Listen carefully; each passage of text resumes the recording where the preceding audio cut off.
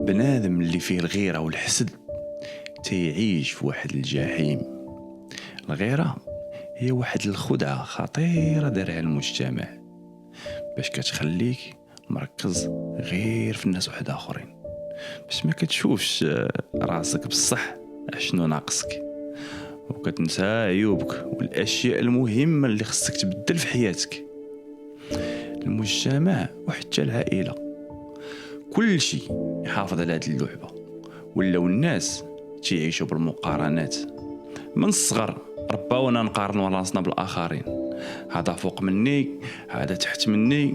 كتسمع الام تقول لولدها شوف سيادك فين وصلوا.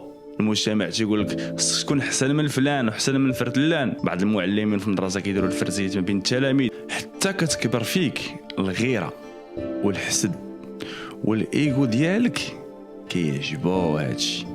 حيت فاش كتهضر على عيوب الناس كتحس براسك كبار منه وفوقهم، كتصورهم بحال انهم مذنبين، انت كتلعب الدور ديال القديس. ولكن المفارقه هي اي واحد كتنتقدو راه مرايه كتعكس هذاك المرض اللي فيك، وكتوريك غير فين باقي كيضرك داك الايغو ديالك.